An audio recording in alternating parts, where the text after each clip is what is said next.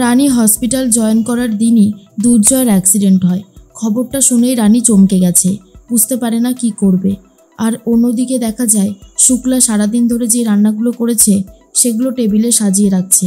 মাধুরী আসলে মাধুরীকে বলে ফ্রিজ থেকে ক্ষীরকদমটা বার করতে, কিন্তু মাধুরী তখন বলে ক্ষীরকদম কোথায় মা, এটা তো রসগোল্লা। বিনায়ক রসগোল্লা এনেছে, ক্ষীরকদম আনেনি।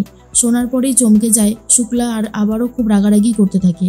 বারবার করে বলে তোমাদের বাবাকে আমি বলেছিলাম যে ক্ষীরকদম মিষ্টিটা আনতে, যেটা জয় সব থেকে বেশি ভালো খায়, সেটা না এনে রসগোল্লা এনেছে, এর জন্য না আমার ভালো লাগে না। এদিকে সৌনক তখন বলে দেখো না মা, কতবার ধরে দুর্জয়কে ফোন করেই চলেছি, ফোনটা কিছুতেই ধরছে না। বিনুপুনু চলে এসেছে বাড়িতে আর বলে রাস্তার মোড়ে একটা বড়সড় অ্যাক্সিডেন্ট হয়েছে, লোকজন সব রয়েছে দেখলাম, খুব বাজেভাবেই হয়েছে অ্যাক্সিডেন্টটা। শোনার পরেই চমকে গেছে শুক্লা। আর এইদিকে অনেকক্ষণ ধরে যেহেতু জয় আসছে না, তাই মনের মধ্যেও একটা চিন্তা চলতে থাকে। এর মধ্যেই খবর এসেছে সৌনকের কাছে দুর্জয়ের অ্যাক্সিডেন্টের। মাধুরী তখন কান্নাকাটি করতে থাকে।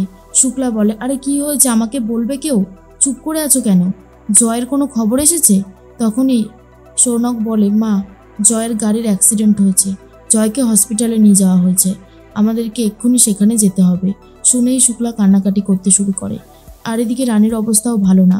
শুক্লাকে নিয়ে যাওয়া হয়েছে হসপিটালে, দুর্জয়কেও নিয়ে আসা হয়েছে।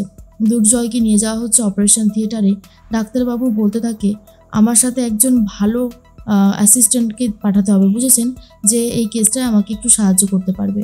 অমৃতা বলে আজকে নতুন নতুন ডাক্তাররা জয়েন করেছে, তার মধ্যে সবথেকে ভালো রেজাল্ট যার রানী, তাকেই আমি পাঠানোর ব্যবস্থা করছি। রানীর ওপর এই দায়িত্ব চলে আসে। রানী খুব ভয় পায় কি করবে, তার মধ্যে সাহস জুগিয়ে রানী ঠিক করেছে অপারেশন থিয়েটারে যাবে। এর মধ্যেই অনিশা বলে আন্টি তুমি এসেছো, জয়ের অবস্থা ভালো না, বারবার করে বলেছিলাম জানো ড্রাইভারকে নিয়ে যেতে, আমার কোনো কথা শুনেনি, ডাক্তার বলেছে আমাদেরকে মন শক্ত রাখতে হবে। শুনেই তো শুক্লা আরও বেশি করে ভেঙে পড়ে। রানী ঠাকুরের কাছে প্রার্থনা করতে থাকে সব যেন ভালো করে করতে পারে। এর মধ্যে পিঙ্কি বৌদি বলে রানী অপারেশন করছে, এটা কি করে সম্ভব, এটা কিন্তু ঠিক হলো না। রানী যদি নার্ভাস হয়ে পড়ে, অপারেশন করার সময় যদি হাত কাঁপে তখন কি হবে? এদিকে রানী চিকিৎসা করে দুর্জয়কে সুস্থ করে তুলছে। তাহলে কি এত বছর পরে দুর্জয় চিকিৎসা করেই অবশেষে শুক্লার মন জয় করবে রানী?